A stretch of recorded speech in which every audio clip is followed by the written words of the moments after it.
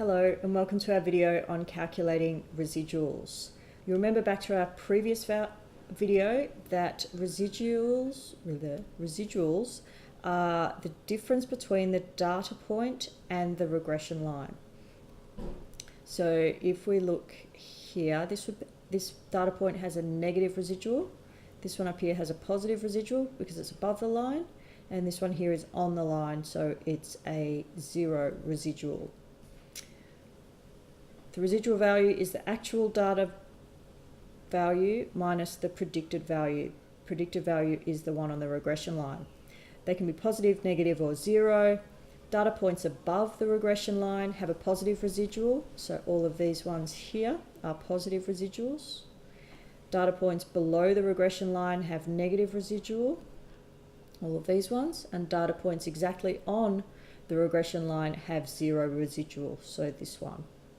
Now there's two ways you can calculate your residual for a particular point.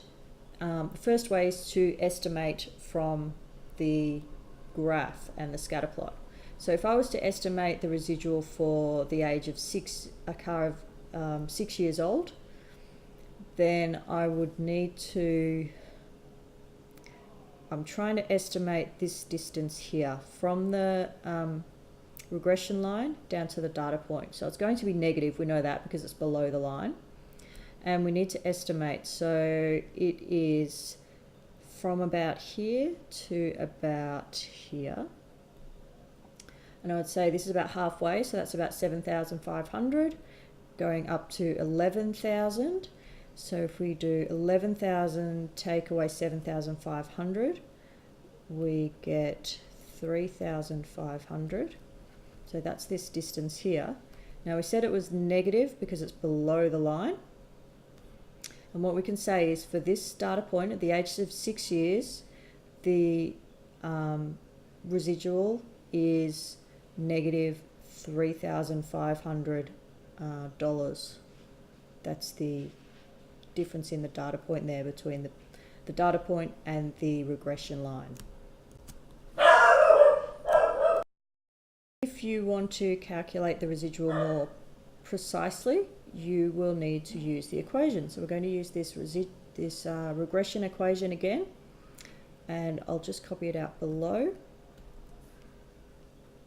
I'll put it in y equals form. Y equals 35,100 minus 3,940 x. Now in this type of question, if it was asking you to find the residual for the age of 6 years, it would tell you that the actual price, so this data point here, you would either have it in your original data, or it would give it to you in the question and say the actual price is 6,500. What we need to calculate is what the regression line is suggesting the price is. So we do that by putting x equals 6 into this equation, and we get y equals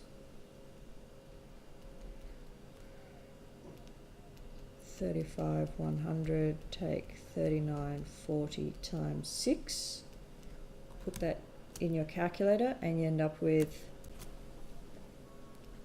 11,460. So now we have these exact data points. We know this one here is actually 6,500. My estimate was 7,500. My dog agrees.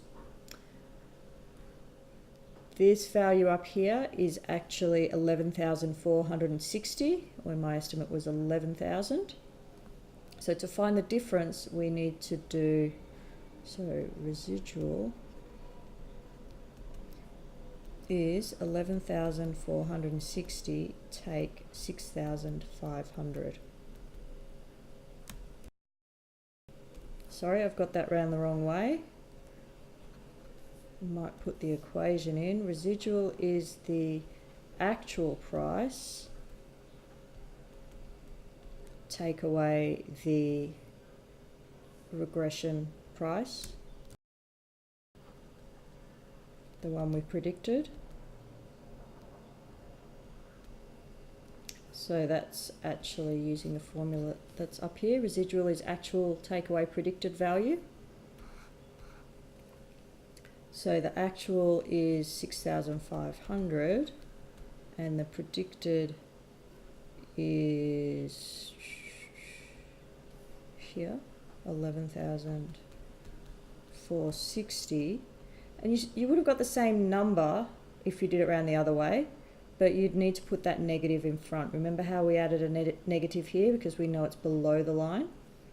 This way, 6,500 take 11,460 is negative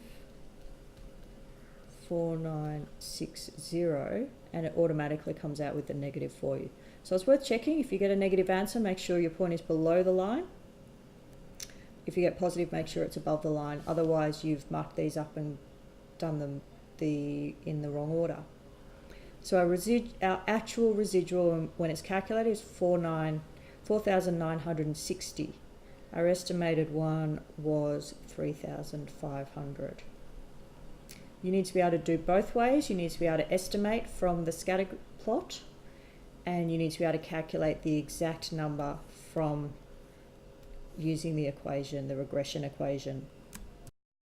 This is only useful for calculating for each single individual data point, which could get a bit tedious if we were to calculate for every one of them. So a way we can look at the whole data points together is by using a residual plot. A residual plot plots each of the residual values around the mean of 0. So the residuals is on the y-axis and the age, so the same axis, same x-axis values are there as in your original scatter plot. So if we look at, we just calculated the residual for the age of 6 years old, and we found it was negative 4,900 and something, 960, and that's that point there. So that's one point. This plot shows you all of the points plotted together. What we're looking for, if you are given a residual plot like this, you're looking for it to be completely random. So if you see this one here, this is an example of a random one. There are an even number of points on both sides, one's in the middle. They aren't all scattered towards the bottom or all towards the top. And what this shows is that our assumption that this data was linear, our assumption is accurate. So you need to be able to read a residual plot that looks like this and write a report that says it is essentially appears random, so the assumption that the data is linear is correct. We could write that report like this. The lack of a clear pattern in the residual plot confirms the assumption